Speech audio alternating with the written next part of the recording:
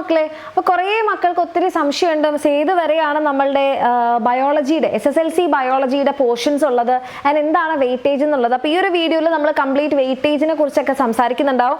അപ്പോൾ ആദ്യം തന്നെ എൻ്റെ കുട്ടികൾക്ക് ഇത്രയും ചാപ്റ്റേഴ്സ് ആണുള്ളത്. ജെനറ്റിക്സ് ഓഫ് ലൈഫും അതേപോലെ തന്നെ പാർട്സ് ഓഫ് എവല്യൂഷൻ എന്ന് പറയുന്നത് നിങ്ങളുടെ ഫസ്റ്റ് ടേം ചാപ്റ്റേഴ്സ് ആണ്. ഇതാണ് നിങ്ങളുടെ സെക്കൻഡ് ടേമിൽ വരുന്നത്. അതിൽ നമ്മുടെ ഇമ്മ്യൂണിറ്റി ആൻഡ് ഹെൽത്ത് കെയർ എന്ന് പറയുന്ന ചാപ്റ്റർ നിങ്ങളുടെ സ്കീം ഓഫ് വർക്ക് പ്രകാരം നിങ്ങൾക്ക് ഹെറിഡിറ്ററി ഡിസീസസ് വരെ, അതായത് ഹെറിഡിറ്ററി ഡിസീസസ് അല്ലെങ്കിൽ പാരമ്പര്യ രോഗങ്ങൾ വരെ ഉണ്ട്.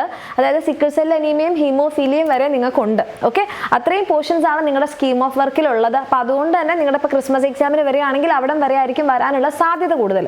ആൻഡ് ഇന്ന് നമ്മൾ പറയാൻ പോകുന്ന ഈ ഒരു വെയിറ്റേജ് എന്ന് പറയുന്നത് ഒരു എക്സ്പെക്റ്റഡ് വെയിറ്റേജ് ആണ്. ഇതൊരു officially വന്നിട്ടുള്ളതല്ല.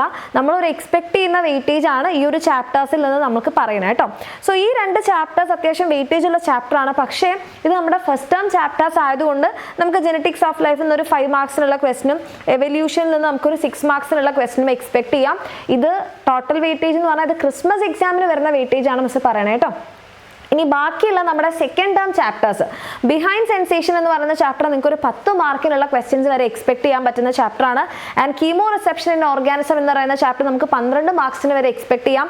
And immunity and health കെയറിൽ പകുതി പോർഷൻ മാത്രമേ ഉള്ളൂ. അതായത് ഹെറിഡിറ്ററി ഡിസീസസ് വരെ ആയതുകൊണ്ട് നമുക്കൊരു 7 മാർക്സിനുള്ള ക്വസ്റ്റ്യൻസ് നമുക്ക് എന്ത് ചെയ്യാം, അവിടെ നിന്ന് എക്സ്പെക്ട് ചെയ്യാം. ഇതൊരു എക്സ്പെക്റ്റഡ് വെയിറ്റേജ് ആണ്, ഒഫീഷ്യലായിട്ട് വന്നതല്ല. ഓക്കെ, അപ്പോൾ ഈ ഒരു രീതിയിലായിരിക്കും എൻ്റെ കുട്ടികൾ നമ്മൾ എക്സ്പെക്ട് ചെയ്യുന്നത്. അപ്പോൾ ഈ ഒരു രീതിയിൽ നിങ്ങൾ എന്ത് ചെയ്യുക, പഠിച്ചു തുടങ്ങുക.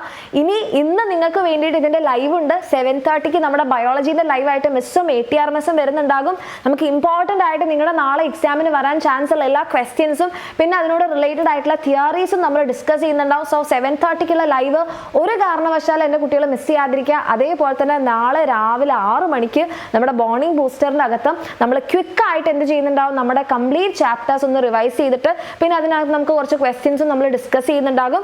സോ എല്ലാവരും അടിപൊളിയായിട്ട് പഠിക്കുക. നിങ്ങളെല്ലാവരും നമ്മുടെ ലൈവിന് വരാൻ റെഡി ആയിട്ടിരിക്കുകയാണെന്നുണ്ടെങ്കിൽ തീർച്ചയായിട്ടും കമൻറ്റ് ചെയ്യാം.